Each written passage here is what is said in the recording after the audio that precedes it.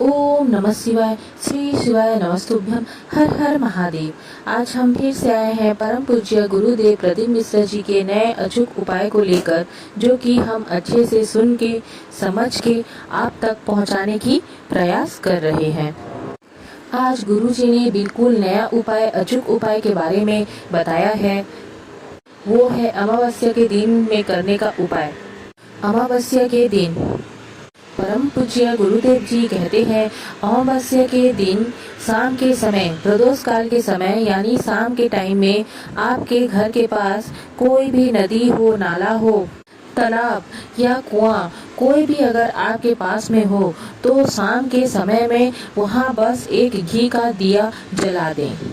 ध्यान दीजिए, वो दिए में बत्ती का मुख दक्षिण दिशा की ओर रहना चाहिए और दिया प्रज्वलित करें। अमावस्या के दिन किसी भी जलाशय के पास, नदी, तालाब, कुआं, किसी के भी पास अगर आप ये एक दिया, घी का दिया दक्षिण दिशा की ओर मुख करके प्रज्वलित करते हैं, उससे हमारा पितृ दोष समाप्त हो जाता है। अगर आपके पास नदी, तालाब, कुआं कुछ भी नहीं हो तो पीपल के वृक्ष के नीचे या बेल पत्र के वृक्ष के नीचे या बट वृक्ष के नीचे आप ये घी का दिया जला दें। दूसरा उपाय, उसके लिए हमें चाहिए एक बेल पत्री का फल।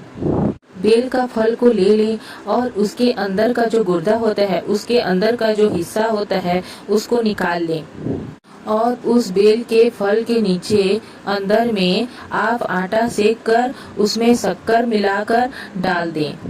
अमावस्या के दिन सुबह 10 बजे से पहले उस फल में, जिसमें आप आटा सेक के शक्कर मिला के भरे हैं, उसको अपने घर में घुमाने के बाद, जिसको काल सर्प दोष बताया गया है, पितृ दोष बताया है या वास्तु दोष बताया है, घर में सब तरफ घुमाकर अपने घर में सबको स्पर्श कराकर पीपल के पेड़ के नीचे गड्ढा खोदकर उसको वो फल को डाल के उसको तोप दें। परम पूज्य गुरुदेव जी कहते हैं, बस एक अमावस्या इसे करना रहता है। उसको करने से हमारे पितृ दोष मुक्त मिलते हैं, पितरों के दोष से मुक्ति मिलती है और हमारे घर का कार्य सफल होने लगता है।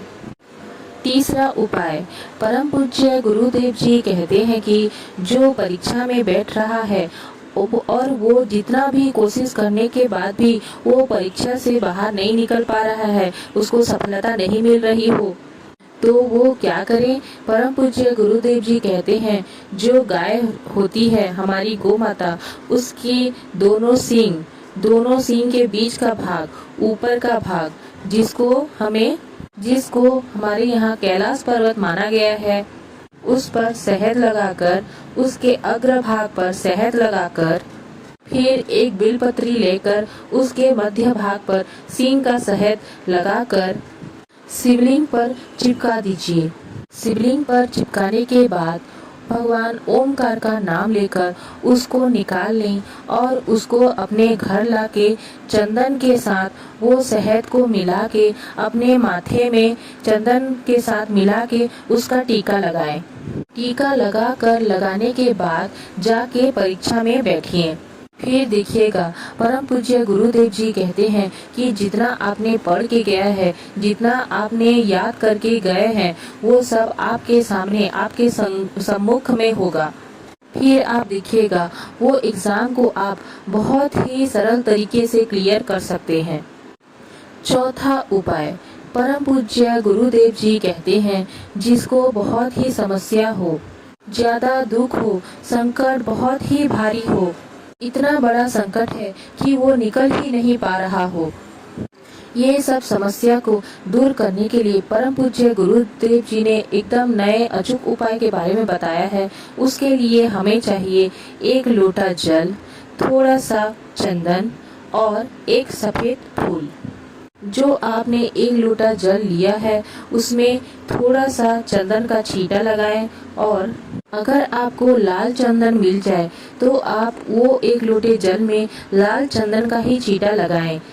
फिर वो चंदन वाला जल को भगवान शंकर जी के शिवलिंग पर धीरे धीरे अपने हृदय के कामना कर उसको धीरे धीरे समर्पित करें। और फिर वो एक जो सफ़ेद पुष्प आप लेके आए हैं फिर उसको चढ़ाएं।